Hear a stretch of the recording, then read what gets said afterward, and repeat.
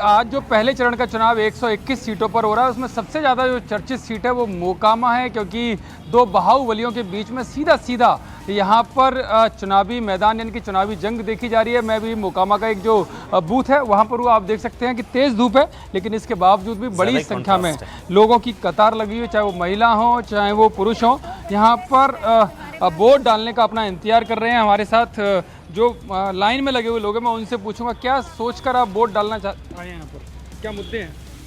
मुद्दा तो कुछ नहीं है सर, वोट इस बार बढ़िया से जा रहा है, जाएगा ऐसा। कुछ तो मुद्दा होगा। मुद्दा है कि हम लोग का थोड़ा सा जो है बढ़िया से हम लोग का जो होता है शिक्षा का या रोजगार का, ये सब बढ़िया से रोजगार का रहेगा। आप क्या मुद्दे सोचकर वोट डालने आए हैं? मुद्दा बेसिकली डेवलपमेंट पे रहेगा, इंफ्रास्ट्रक्चर को लेकर के, जहाँ पे फैक्ट्रीज वगैरह नहीं है, लोग बाहर प्लान कर रहे हैं, तो इस पे थोड़ा गवर्नमेंट को ध्यान देना चाहिए, जो यहाँ के विधायक हैं उनको ध्यान देना चाहिए। बाकी नो डाउट पहले से बहुत डेवलपमेंट है, आगे भी रहेगा। एक और हमारे साथ मतदाता है, देखिए बिल्कुल चश्मा वश्मा लगाकर अच्छे से तैयार होकर आए हैं, आप टीका वीका लगाकर। इधर देखिए, दिखाइए जरा चेहरा, क्या है मोकामा में, क्या सोच कर आए वोट डालने? विकास हुआ नहीं है? हुआ है और होना चाहिए, और होना चाहिए जी। देखिए बीना जी भी आ गई हैं, जो सूरजभान जी की पत्नी है, वो इस बूथ पर आई हुई हैं और बातचीत कर रही हैं, और कुछ महिलाएं हमारे साथ हैं। क्या आप वोट डालने आई हैं, तो क्या मुद्दे हैं आपके सामने? वोट डाल दिया आपने? डालने आई हैं अभी, क्या मुद्दे क्या सोचकर डालेंगी, क्या होना चाहिए बताइए? बढ़िया रहेगा, बढ़िया रहेगा। देखिए कम उम्र की भी यहाँ पर हैं, आप वोट डालेंगी, पहली बार वोट है कि पहले भी डाल चुकी हैं? पहली बार भी डाल चुके हैं। अच्छा, हाँ तो अभी क्या सोचकर डालेंगी आप मोकामा में? हाँ जी, तो सब तो यही सोच करके कि कुछ चेंज हो। कुछ चेंज हो। हाँ। तो सर बदलाव की बात, बिल्कुल बदलाव होना चाहिए। हाँ। देखिए ये आप देख रहे हैं कि यहाँ विकास की बात कर रहे हैं, रोजगार की बात कर रहे हैं, बदलाव की बात कर रहे हैं, क्योंकि बड़ी संख्या में आप देखिए मेरे ख्याल से ये है, हम स्टूडियो में भी यहाँ पर बात कर रहे थे, हमारे साथ यहाँ हर्षवर्धन त्रिपाठी हैं, संजय जी हमारे साथ। हर्षवर्धन जी, एक सवाल मेरा आपसे, ये एच टॉपिक नहीं है, एच हाइड्रोजन, वोट चोरी, ये सब कोई मुद्दा उद्दा नहीं बना? मतलब कल ही तो राहुल जी आए थे वोटिंग से एक दिन पहले, पीसी करने, बड़ा मुद्दा है बिहार में। ह से हाइड्रोजन है और ह से हास्यास्पद भी है सर, और वो एच से हिपोक्रेसी भी है, ह से हुड्डा भी है, हुड्डा फाइट। लेकिन बिहार में एच से हर्षवर्धन जी को बोलने देते हैं। हाँ, हर्षवर्धन जी, बिहार में लोगों में हर्ष है और इसीलिए वो सब मुद्दे नहीं। और मुझे तो समझ में नहीं आता, क्या राहुल गांधी निजी तौर पर तेजस्वी यादव से कोई खुन्नस निकाल रहे हैं क्या? आज चुनाव है, वोट चोरी का मुद्दा बिहार की जनता ने कतई स्वीकार नहीं किया, और आप अचानक आते हैं एक बढ़िया सा पीपीटी बना के। औरंगाबाद में अनुराग ठाकुर कुछ कह रहे हैं। महिलाओं के उत्थान के लिए, सशक्तिकरण के लिए, युवाओं के रोजगार स्वरोजगार के लिए जो काम हो रहे हैं, या बिहार के गांव तक जो सड़कों का जाल बिछा है, उसको इसी तरह से मजबूती से आगे बढ़ाने के लिए, आज की पीढ़ी और आने वाली पीढ़ियों के लिए एक विकसित बिहार बनाने की दिशा में जो काम चल रहा है, उसको अपने मतदान से आप गति दें, निरंतरता रखें, और मुझे पूर्ण विश्वास है बिहार की जनता सफलता से करेगी। तेजस्वी यादव कांग्रेस तो कह रही है कि 20 सालों में एनडीए ने बिहार में कुछ नहीं किया है। ठीक है,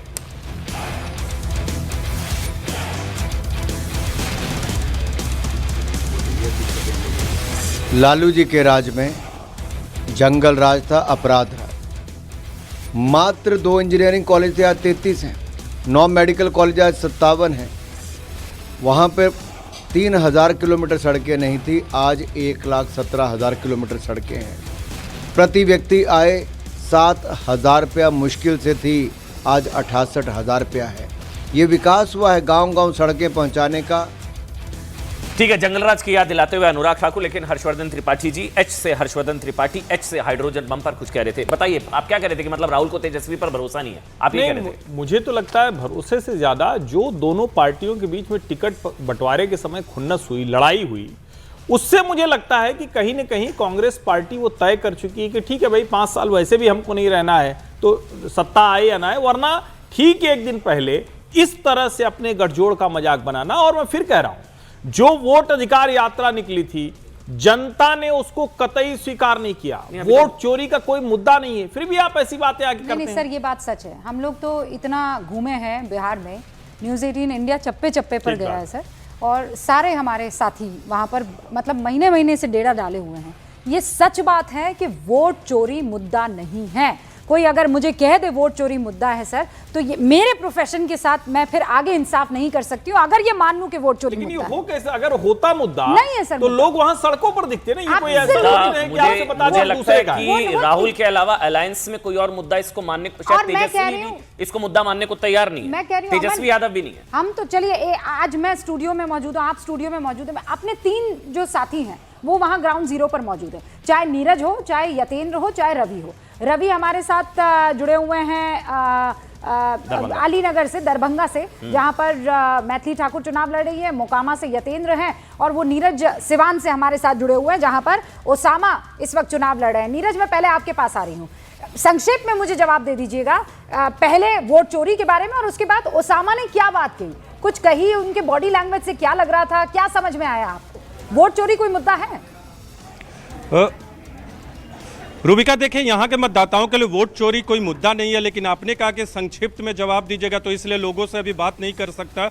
लेकिन ओसामा के बॉडी लैंग्वेज से ये साफ लगता है कि वो और उनका परिवार और उनके समर्थक यहाँ प्रतापपुर में, जो कि शहाबुद्दीन का गांव है, वो लोग 100% कॉन्फिडेंट है कि ये चुनाव वही जीतेंगे। ओसामा ने मीडिया से बात नहीं की, अपना वोट दिया, वो चले गए। लेकिन उनकी माँ हिना साहब ने लंबी बातचीत की थी न्यूज़ 18 इंडिया से, और उन्होंने तमाम बातों पर साफ तौर पे ये कहा कि वो 100% श्योर है कि ओसामा ही जीतेंगे इस चुनाव में। लेकिन थोड़ी देर बाद आपको एक तस्वीरें, अगर आपको मौका दे तो दिखाना चाहेंगे।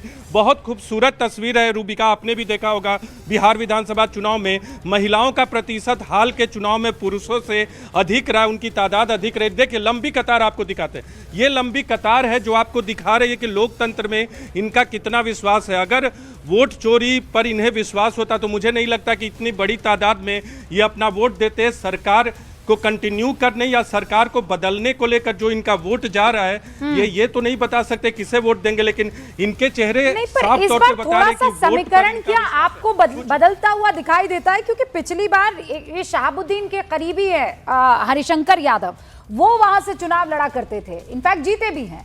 लेकिन इस बार जेडीयू के खाते में ये टिकट गई है विकास सिंह, और सामने है ओसामा, शहाबुद्दीन के बेटे। देखिए, दोनों कैंडिडेट नए हैं रूबिका। आपने समीकरण की बात की है तो हरिशंकर यादव ने तो खुद से अपनी सीट को छोड़ा है ओसामा के लिए, ताकि वो चुनाव मैदान में उतर सके। विकास सिंह की आपने बात की, जिन्हें जीशु सिंह के नाम से भी जाना जाता है। जेडीयू के दूसरे नेता को उम्मीद थी कि उन्हें टिकट मिलेगा, लेकिन जीशु सिंह जो कि एक जेडीयू के कार्यकर्ता, उनको टिकट दिया गया है। लेकिन यहाँ मुकाबला टक्कर का है, और जो ओसामा के समर्थक है या शहाबुद्दीन के जो समर्थक रहे, उनका मानना है कि कोई दिक्कत नहीं होगी क्योंकि सामाजिक समीकरण उनके पक्ष में। दूसरी तरफ जेडीयू के उम्मीदवारों का और उनके समर्थकों का कहना है कि टक्कर होगी, क्योंकि जेडीयू ने एक कार्यकर्ता को टिकट दिया है। लेकिन जो यहाँ सामाजिक समीकरण है उससे हमको जो हिंट मिल रहा है वो यही बताता है कि ओसामा और जेडीयू में टक्कर जोरदार है, और ओसामा और जेडीयू दोनों का पलड़ा भारी है। ठीक है, ओसामा को टिकट देकर, वैसे एनडीए का कहना था कि साहब ओसामा को टिकट देकर एनडीए का काम ही आसान कर दिया, क्योंकि ओसामा को टिकट जंगल राज का सबसे बड़ा पोस्टर बॉय शहाबुद्दीन का सबसे पहले टिकट मिली थी मेरे ख्याल से आरजेडी की तरफ। लेकिन वही अनंत सिंह के प्रचार के लिए जब लल्लन सिंह पहुंच जाते हैं तो फिर वहां पर भी आरोप लगते हैं, तो आप जंगल राज की बात करते हैं, लेकिन खुद आप अनंत सिंह के प्रचार में लल्लन सिंह पहुंच जाते हैं, वहां उनका वीडियो अलग तरीके से वायरल हुआ था। लेकिन जो महिला वोटर जिसका भी जिक्र किया, जो तस्वीरें भी दिखा रहे थे, जो 10-10 हजार रुपए 1,30,00,000 महिलाओं के खाते में 10-10 हजार, फिर 30-30 हजार का वादा कर दिया गया था। अरुण, यही सबसे बड़ा टर्निंग पॉइंट कह लीजिए, ये एनडीए का एमवाई फैक्टर है। ये महिला और युवा, वहां एमवाई फैक्टर है मुस्लिम और यादव, यहां एमवाई हो जाता है महिला और युवा, और यही मेरे ख्याल से पूरी गेम तय होगी। अरुण, देखिए अमन, हर चुनाव में अगर आप देखेंगे नीतीश कुमार को तो उनका पहला फोकस होती हैं महिलाएं। चाहे आप शराबबंदी की बात करें, जीविका दीदी की बात करें, उनके खाते में 10,000 देने की बात करें, उज्ज्वला की बात करें, उसको इंप्लीमेंट करने की बात, चूंकि 50% है आबादी और ये बहुत बड़ा कंसोलिडेटेड वोट बैंक जो है लगातार नीतीश कुमार के साथ रहा है। एक बात, दूसरी बात मैं आपको बता रहा हूं सिर्फ महिला वोटरों की बात नहीं है, नीतीश कुमार के नाम पर कोई एंटी इनकम्बेंसी नहीं है किसी भी इलाके में। खास तौर से अगर आप 40 साल से ऊपर के लोगों से बात करेंगे, चाहे वो पुरुष हैं या महिला हैं, वो तो कतई नीतीश कुमार से किसी तरह की नाराजगी नहीं रखते हैं, बल्कि वो चाहते हैं कि वो मुख्यमंत्री रहे। उसकी वजह क्या है? गांव तक जो सड़कें गई हैं, या कानून व्यवस्था की स्थिति बदली है, या मोबिलिटी, सड़कों का जाल आप बात करिए, या फिर आप पुलों की बात करिए, या पगडंडियों की बात करिए, ग्रामीण सड़कों की बात करिए, ये सब बहुत सुदृढ़ हुआ। और सबसे बड़ी बात है कानून व्यवस्था की। रूबिका भी घूमी हैं खूब, हम भी घूमे हैं खूब। रात में 11 बजे 12 बजे स्कूटी से लड़कियां अकेले चली जा रही हैं, लिट्टी का स्टॉल लगा रही हैं ऐसी जगहों पर जो दियारा की जगह हैं, ऐसी जगहों पर हमने देखा जो कभी हम गुजरात में या फिर महाराष्ट्र में देखा करते थे, वो काफी हद तक हमने देखा है। तो 40 साल के ऊपर के जो लोग हैं वो तो नीतीश कुमार को ही मुख्यमंत्री चाहते हैं और यही सरकार चाहते हैं। लेकिन जरूर मुस्लिम यादव जो समीकरण है, जो मुस्लिम यादव समीकरण, वो निश्चित रूप से इंटैक्ट है, चाहे वो युवा हो, चाहे बस वही लड़ाई जो है ना, जो 2% की लड़ाई है। नहीं, लेकिन एक चीज है जो बीजेपी का दावा है, जो 1 करोड़ 30 लाख महिलाओं के खाते में 10-10 हजार रुपए गए, वो तो मुस्लिम भी हैं और यादव भी हैं। 10-10 हजार पे अरुण जो गए, 1 करोड़ 30 लाख, पिछली बार अगर मैं गलत नहीं हूं शायद 1.5 करोड़ के आसपास वोट मिला था बीजेपी और जेडीयू के, अगर वोट को मिला दिया जाए वो 1.5 करोड़ के आसपास था। और यहाँ 1 करोड़ 30 लाख महिलाओं के, उसमें तो मुस्लिम भी हैं, यादव भी हैं। तो क्या हुआ? वो तो बहुत सारी जगह पे योजनाएं जाती हैं। तो फिर ऐसा इंटैक्ट, मतलब कहना पता नहीं ठीक होगा गलत होगा। नहीं, वो इंटैक्ट है, हम बता रहे हैं आपको, इसलिए इंटैक्ट है। वो अरुण भी बताएंगे, वो चंद्रमोहन भी बताएंगे, यतेंद्र भी बताएंगे, नीरज 10 हजार का लाभ तो मुसलमानों को भी मिला और यादव को भी मिला है। और ऐसे में जब आप पूछते हैं कि आपको वो लाभ मिला है अरुण, तो क्या जवाब आता है कि ये तो सरकार की रिस्पॉन्सिबिलिटी है भाई, ये तो देंगे वो। तो तभी तो ये बीजेपी के नेता कहते हैं कि लाभ ले लेते हैं, वोट नहीं देते हैं। हाँ ठीक, अरुण नहीं, लेकिन अमन और रूबिका दोनों को कह रहा हूं कि तमाम दलों के नेता, चाहे जनसुराज के हों, चाहे कांग्रेस के हों, चाहे बीजेपी के हों, जेडीयू के हों, वो ये कहते हैं कि विपक्षी आएगा कुछ दे तो रख लेना, अच्छे से रख लेना, वोट हमें दे देना। तो पैसा आया है तो रख लो, वोट जहां देना है वहीं देना है, ये बात है यहाँ इस मामले में। मैं रूबिका इस समय रविशंकर प्रसाद जो पटना साहिब से सांसद हैं, उनके घर पे हूँ, मौजूद हूँ यहाँ पर। अगले कुछ क्षणों में वो यहाँ पर आने वाले हैं, मैं आपकी बात भी करवाऊंगा। मैं आपको इशारा करूंगा जरूर जब रविशंकर प्रसाद आएंगे, क्योंकि उनके ऊपर जिम्मेदारी बड़ी है इस पूरे क्षेत्र में। ऑलराइट अरुण, हम हमारी नजर आप पर बनी रहेगी। हमारे साथ रवि भी जुड़ गए हैं। रवि अलीनगर से हमारे साथ है। रवि, जगह जगह बूथ पर जा रही है, 25 साल की लड़की है, कह रही है मुझे राजनीति की बस अब सीख मैं ले रही हूँ, लेकिन इस बार चुनावी मैदान में है। सही बिल्कुल आपने कहा कि क्योंकि देखिए अभी हाल फिलहाल में ही वो ज्वाइन की है बीजेपी, और उसके बाद क्योंकि पॉपुलर तो है ही, मैथिली ठाकुर को हर कोई जानता है, बिहार नहीं बिहार के बाहर भी। लेकिन इस दौरान मैं आपको तस्वीरें भी दिखाते भी चलूं, कैमरा पर्सन निजाम अंसारी से कहूं कि किस तरीके से इस सीट पर और बूथ पर महिलाएं और पुरुषों की एक लंबी कतार लगी है। सुबह टाइम ये इस तरीके से नहीं दिख रहा था, लेकिन अब लंबी कतार है। जहां तक मैथिली ठाकुर का आपने जिक्र किया, तो उन्होंने सीधे तौर पर कहा है कि बहुत सारे जो मैनिफेस्टो है बीजेपी या एनडीए की तरफ से, उसको लागू करना है, और उस सीट को लेकर कई दिक्कतें हैं। पिछले कुछ दिनों से मैं घूम रही हूं, चाहे सड़कों की बात हो या फिर दूसरी चीजों की बात हो, एजुकेशनल इंस्टीट्यूशन की बात हो, वो सब चीजों को लेकर मैं बदलाव करना चाहूंगी आने वाले दिनों, क्योंकि मैं खुद युवा हूं। इस बार लगभग 63,000 जो दरभंगा पूरे के पूरे लोकसभा सीट की बात कर रहा हूं, पूरे लोकसभा सीट की बात कर रहा हूं, तो दरभंगा में इस बार 63,000 नए उम्मीदवार जुड़े हैं जो 18 साल, जो फर्स्ट टाइम वोटर हैं। तो और मैथिली ठाकुर की एज भी करीब 25 साल यानी कि युवा है। तो वो देखना होगा कि युवाओं, जी बिल्कुल, तो वो देखना है कि आखिर में उनका साथ देती है कि नहीं देती है, कि उसका रिजल्ट तो बाद में पता चलेगा। लेकिन फिलहाल ये फाइट टफ रहने वाली है ना रवि, साथ में भाई अगर जातिवाद के लिहाज से भी देखें रवि, इसमें तो यहाँ पर कह रहे हैं कि भाई ब्राह्मण वर्सेस ब्राह्मण है। वहां से महागठबंधन ने जो कैंडिडेट उतारा है वो विनोद मिश्रा, हाँ, तो वो भी इस बार कड़ी मशक्कत कर रहे हैं, ऐसा नहीं है। पुराने देखिए, पुराने धुरंधर हैं और इस बार आरजेडी की तरफ से उम्मीदवार है। हालांकि इससे पहले के जो चुनाव हुआ था 2020 में, वो वीआईपी के उम्मीदवार ने जीत हासिल की थी, लेकिन इस बार कोई समीकरण बदला, उसके बाद बीजेपी में शामिल हुए, अब वो आउट हैं। किसी भी आरजेडी बीजेपी उसमें दल में नहीं है, लेकिन मौजूदा विधायक भी हैं। इस बार विनोद मिश्रा को उतारा है। विनोद मिश्रा 2-3 बार से चुनाव लड़ते रहे हैं। 63 साल की उम्र है। तो एक बार देखा है कि एक तरफ राजनीतिक धुरंधर है और दूसरी तरफ पॉपुलैरिटी है, दोनों की आपसी टक्कर है। दोनों ही ब्राह्मण समुदाय से आते हैं, लेकिन यहाँ पर ज्यादातर समुदाय।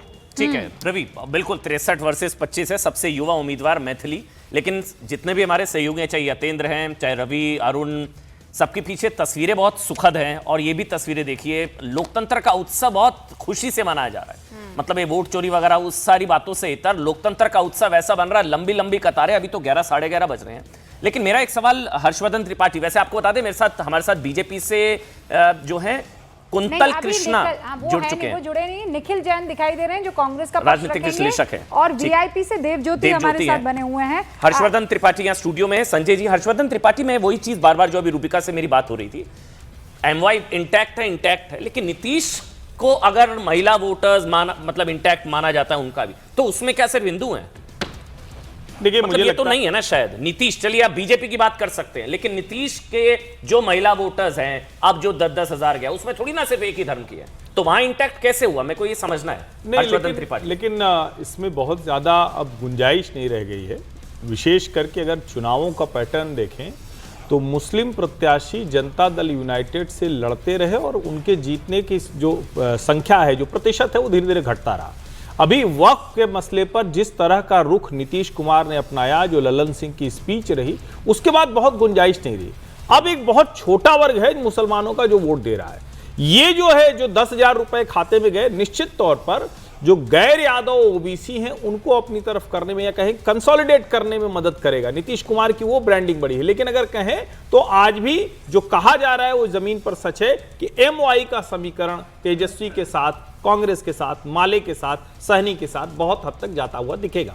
अच्छा, एक बड़ी खबर आ गई है। जो बीजेपी कैंडिडेट है उप मुख्यमंत्री विजय सिन्हा, वो लखीसराय से चुनाव मैदान में है। वो एक बयान देते हैं, आरजेडी के लोगों की मानसिकता अभी भी बूथ कैप्चरिंग वाली मानसिकता है, लेकिन जनता मतदाता मालिक है। आरजेडी और कांग्रेस अराजकता के प्रतीक है। ये लोग बूथ कैप्चरिंग से बाज नहीं आते। एक बार सुनाइए विजय सिन्हा को। आज भी राजद का पोषित अपराधी लोगों को भय पैदा करना चाहता है, लेकिन शायद वो भूल गया कि बिहार में सुशासन है, आतंकवाद उग्रवाद खत्म हुआ है, अब अबड़ी बारी अपराध का है। ये अपराधी मानसिकता को वो दशा में पहुंचाया जाएगा कि याद रखेगा।